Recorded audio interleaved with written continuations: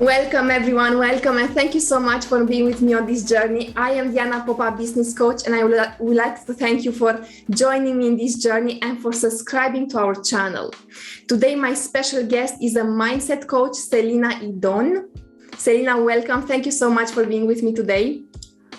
Oh, thank you for inviting me. Tell us more about your story and how you started on this path, and if you can tell us more about how you became a mindset coach. That's my favorite story. So I actually was a grade 11 dropout. I didn't finish even grade 11 at school. And so, around me, I was never the smart one with those around me. But I went on to teach myself how to do computer programming. And actually, I've written software for multi-million-dollar companies. So, but even then, I was still grappling with my baggage of never being smart enough. And when I had children, all of a sudden I just started getting a lot of headaches all the time. And I went and did a personal development course, which was something in my background that was never spoken about. It was never something anybody did. And my cousin really just one day said, enough, go do this course. And it literally just opened my eyes and changed my life. I mean, I'd spent time in the army, and there was a part in this course that said, oh, now we're going to talk about fear. And I was like, oh, don't have to listen to this bit, I'll just sit back. And it was in that moment that I got that my whole life I was living when something happened to my children, not if something happened. So the headaches, the unhappiness, the needing to control things, and I always kept, a little bit apart, not wanting to give my children all my love because I didn't know if I could survive when something happened to them. And in that moment, I just went, wow. Now, there's no guarantees in life, but I've been 18 years of completely giving my love and my heart. And I just got that little shift in mindset. I mean, I wasn't given food. I didn't lose weight. I didn't win the lotto. All it was a shift in two little words, when and if. And it changed my life. And that put me on a journey. And for 15 years, I have been now studying the impact of the language that we use and the words that come out of our mouth. And if they truly are the windows to our soul, then, respecting them and having a look, wow, what am I telling myself? And my daughters are grown now. And I just I've been coaching for nearly 15 years, empowering others, and particularly around the power of language as an access to really living all of life and happiness and all of the things that today's podcast is about. Thank you so much, Selina. Thank you so much for sharing this with us. And this is really impressive that you managed to change just 2 words, basically, and you changed the whole perception about your world and about how you're feeling. And this reminds me actually of some of the interviews I had about the law of attraction. And nothing happens without a reason. I am convinced about it. And I remember back then that I was feeling very down and that I didn't have a lot of strength. And I was wondering and doubting myself, all these insecurities. And then I kept attracting in my life things that I didn't want. And I was wondering, do you think that by talking to ourselves in a different manner, in a positive manner, can we actually attract positive things instead of attracting all the things that we don't want? Absolutely. Absolutely. One of my favorite swap outs, the words need to, have to, must, and got to. And basically, when you're saying you need to do them, it's just like you need, like, the necessary, you have to. It's almost like for survival. And it puts our minds into survival mode. And it becomes more about we're making ourselves victims too. Like if I need to go and see my brother. All of a sudden my brother is dominating and I'm a victim. Well, that's just not true. But the power and the freedom, when I say I want to go see my brother, the law of attraction then says that this is not someone dominating or threatening my survival. This is love. And this is my brother who I want to see, or I'm committed to seeing, or I gave my word to seeing. And when I give my word to something, like that's got power, that's integrity. That's the kind of person that you would trust, right? Rather than someone who's basically lying, because I don't really have to go and see my brother. So, inside of that, I'm attracting love, I'm attracting trust purely by using those words. And with that comes rewards and rewards from around you. Whereas if you're using words that have you be a victim, then you will attract people dominating you and being a victim, and you just don't get. The universe will give you accordingly. Does that answer the question? Yes, absolutely. Thank you, Selena. Thank you so much, because this is something that I have experienced in my own journey. And I know that definitely this is a growing path for me. So it's never stopping. No matter how much I grow, there is still coming back. And sometimes like the universe is testing me. Have you learned this lesson?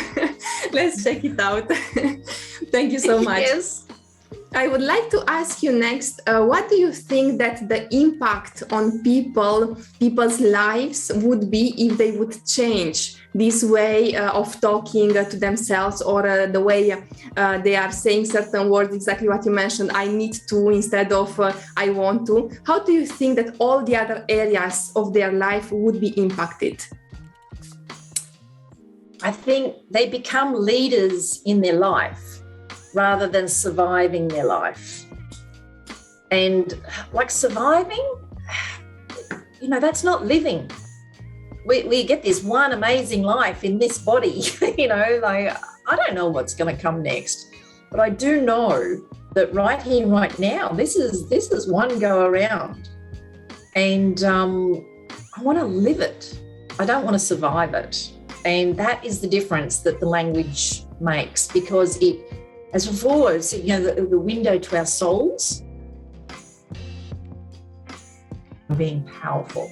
We're either being bullies by telling other people that you must do this, or you need to do this. And no matter how nicely we mean it, and there's the big links. If you have a look, like I'm doing university at the moment, and a speech I've just done on need in particular.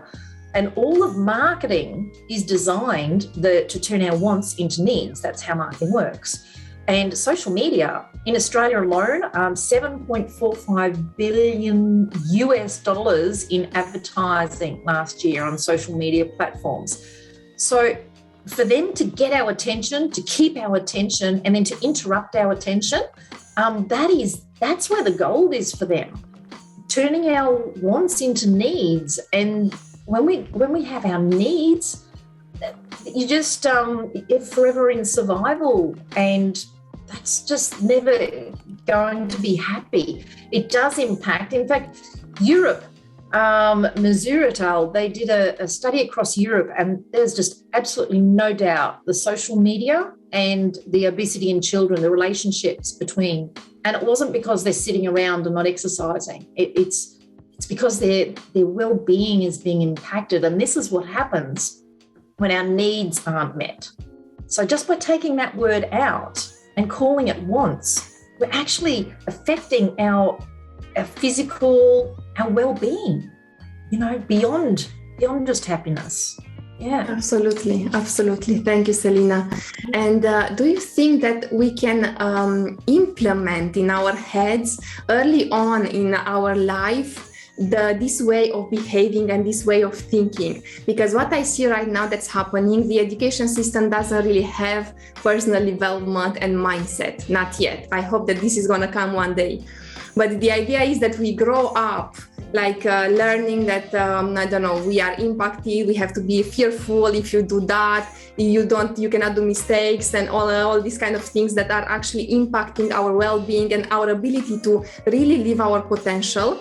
And then we grow up, and then we start doing this work on ourselves and trying to eliminate all the old habits that we actually build upon, 20 years. Do you think there is a way actually to implement this kind of thinking early on in our stage, and how do we do that?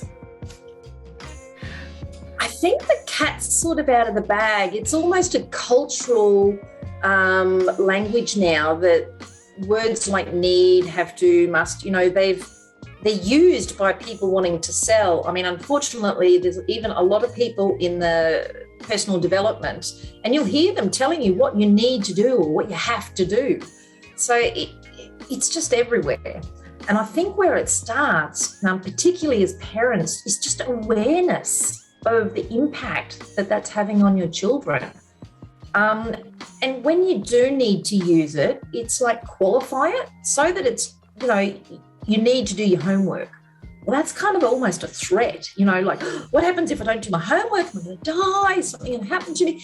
But then you need to do your homework if you want to get good grades, or you need to do your homework, or you might get detention again, or you need to do then it's sort of qualified. That's not like you're going to die. It's like you're going to get a detention. You're not going to die. There's no threat to the love, but there is a consequence, And so particularly with parents, if we then take it to the older, like I think the teens, we're just going to have to let that run a course, because it will say, but like for us, it would start with our friends. It'd start with like, you know what? Just about everything is hard work these days if you really want to bring around change. But this is so easy. Like you could literally say to your friends, let's start a new pact. All right, we're going to go out once a month, or we're going to do something once a month. We're going to have a swear jar or something, Let's just have a pact where we point out if we use one of these 4 words with your friends, and then it becomes like a game. Because I think that awareness, we don't even realise when we're saying it.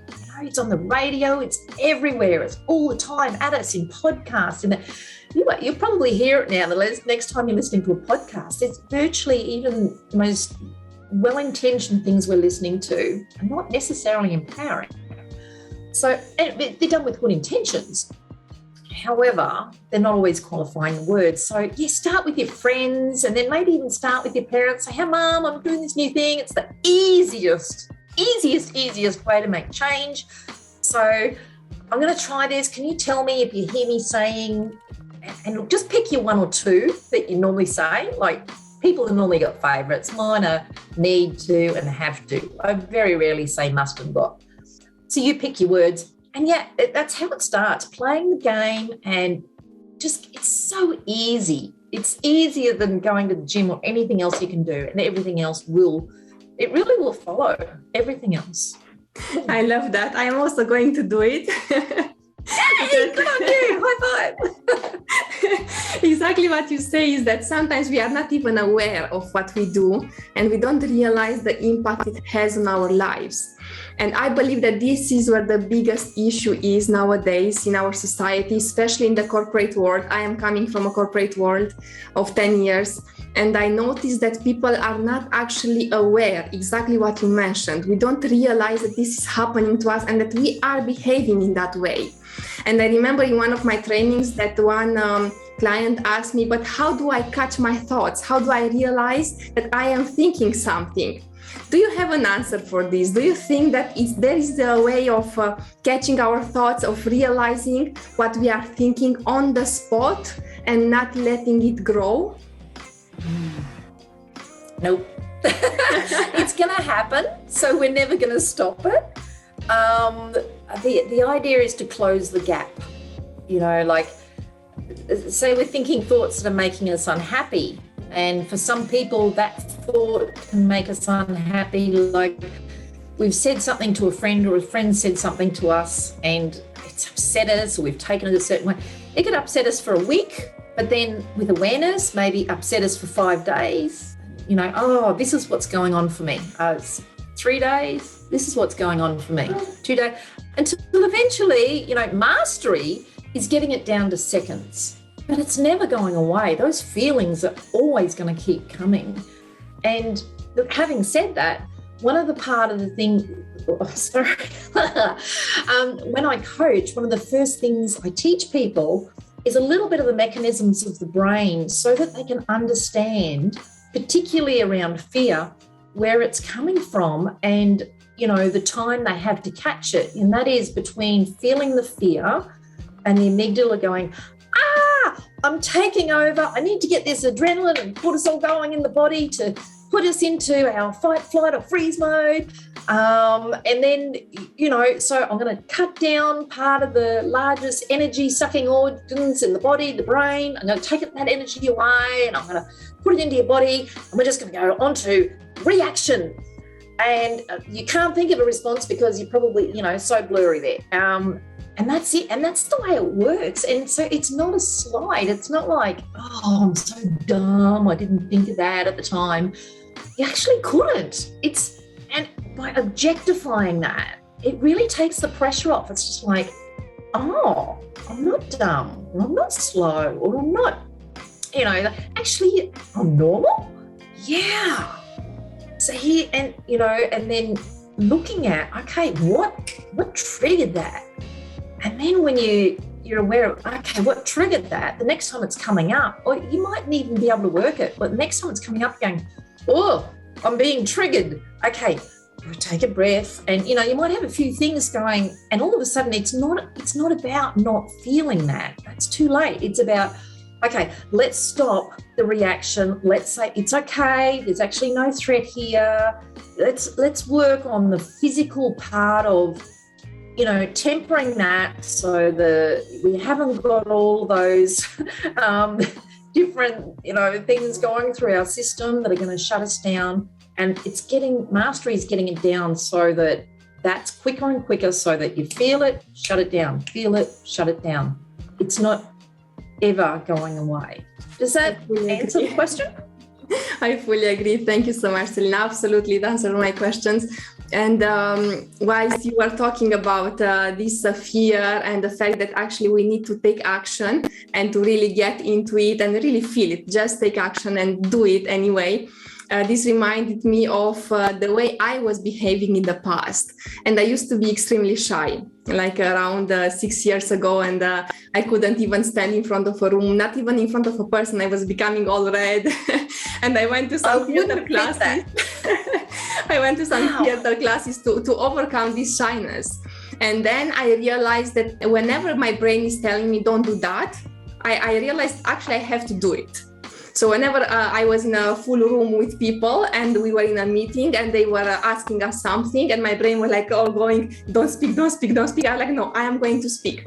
And I was doing it like over and over again until I started to become a bit more comfortable. I wouldn't say that I became entirely comfortable, but like with practice, it helped me to actually overcome that shyness. Do you think that this practice and this action can be actually applied for everything in our life, for every single fear? Well, firstly, I applaud you. That is an absolutely amazing and terrific breakthrough to have. And it's so courageous of you to get the impact on your life and go, I'm doing something about this, and actually taking yourself to a theatre place where you knew that there was no getting out of it. And I really applaud your courage. That is, wow, what a woman. I always have tears in my eyes when someone is complimenting me. Well, it's just so inspiring when I hear stories like that. It just lights me up. So yes, is the answer to your question. See, in each of those moments where you went, I have to do it, you shifted the survival from it being triggered going, going into survival mode to you saying, I have to do that. And it went, hang on, what survival is now about you doing it, not doing it. And by saying that to yourself, you were actually shutting down. It's saying survival mode. And you were going, no, we have to. So survival mode became the opposite. And you cut it by doing that. I mean, that is unusual and that is very powerful. I would say that the average person, and when I say average, I mean the normal person, who hasn't got that level of awareness that you obviously did, would have a hard time doing that. Just saying, oh, I have to do it because I had the thought not to. But that is absolutely a brilliant way of doing it. So yes, that will absolutely work because you're using its survival instinct against itself. For the normal person, or for, starting out, I'd be saying, oh, it's okay. No, I got this. It's okay. I've got this. It's okay. I've got this. To cut it. And but you just went straight next level. I love it. I like doing things very fast. I don't want to waste my life, and I know that I wasted a lot suffering and crying and all of this because of my past. And right now I am like, no more. Like, I take action right away and just get it out of the way. Thank you so much, Selina, for sharing your thoughts and your lessons with us. I would like to ask you that, because there is one big topic that keeps coming up, is confidence. How do we gain more confidence, and how can we actually use this confidence level to evolve in our life, in our careers, and in our business? Okay. When we have power and when we're okay with failing or not, that's confidence. So confidence isn't sort of something you get in a bottle. Confidence is when you know you've done your best. Right, and you've prepared your best and you're ready. Because at that point, when you know that you've done everything there was to do, then the rest of it's just whatever's going to happen. So confidence isn't something we get by, changing the way we feel or something like that. The only true way of getting confidence is by doing the work that we know we should do. Now, that's going to be different for everyone. For some people, they don't have to think about some things. It's just there, so they don't have to do the work on it. For you to have confidence, it just took doing the work, having the victories, and taking yourself to the theatre. I think confidence is a little bit overrated. I use it a lot, like I really do, because, as a Aussie mindset mentor, as a coach, mindset coach, but a lot of my coaching is with equestrians, and my business is actually called Equestrian Confidence. So, but at the end of the day, if we're using the language of confident and we're looking confident and we're taking the actions as if we were confident, if it walks like a duck, quacks like a duck, and wobbles like a duck, it's probably a duck. I love that. Thank you, Selina. Thank you so much. You mentioned about your business. Can you tell us more about the coaching programs that you are having right now? Certainly. Well, with my coaching, my one-on-one coaching, really my whole life is about empowering women, particularly, to empower others. And that is an important distinction for me. I love coaching everyone, but particularly women in business or women who are parents, because they're actually empowering others, either with their products, with their services, particularly parents, because they're empowering the most important thing ever, and that is our children. That's our future. That's the next generation. So that one-on-one coaching, that's where I go. Now, for my group programs, that's more for the equestrian riders, and I'm actually putting together an online course at the moment. But that's my passion. Horses are my passion, and I didn't grow up with them though, and there was a lot of nerves, and oh my gosh, I've gone through all spaces. I'm not a particularly great rider. However, it doesn't matter, when I'm with a horse, just smelling it, just touching it, riding it, the joy of it, so what I'm like as a rider, it doesn't matter. And I want other women who I see frustrated and clearly with a passion, because you just keep coming back, and horses have a real way of showing up every weakness and every flaw, really. you only keep coming back and you only keep getting on. You only keep paying the vet bills and the expenses of a horse if you truly love and have that passion. And oh my gosh, if we have that passion and it's right there, then to have and see women who are struggling and not enjoying it, oh, that breaks my heart. So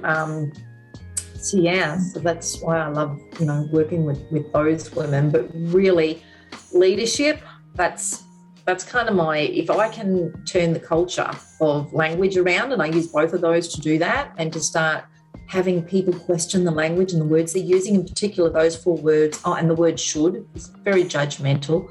It's either going that way or 3 back at you. Then my life, that is my life's purpose, because I know that will empower everyone to empower others. We all want to make a difference, right? Absolutely. That's such a good place to start. Absolutely. And this is an amazing mission that you are having, because once you impact those women, they are going to take it over and impact other people. And there is a ripple effect that I am inspired and I adore it. Thank you so much, Selina, for being with me today. I would like to close our interview today by asking you also, how can people contact you if they want to work with you? Certainly. If you look up either my name, selinaeden.com.au, that's probably the easiest. And even if you're into horses, and I'll direct you, or equestrian confidence, really looking up my name, selinaeddon.com.au. We are Australian. And you'll find all my contact details there. Thank you so much, Selina. Thank you once again. I am inspired, and I am going also to do the small exercise with everyone around me. Awesome. Thank you so much for having me on today. Very much appreciated. It was a big pleasure. Thank you so much. And for those of you listening to us, stay connected, because there is so much more to come.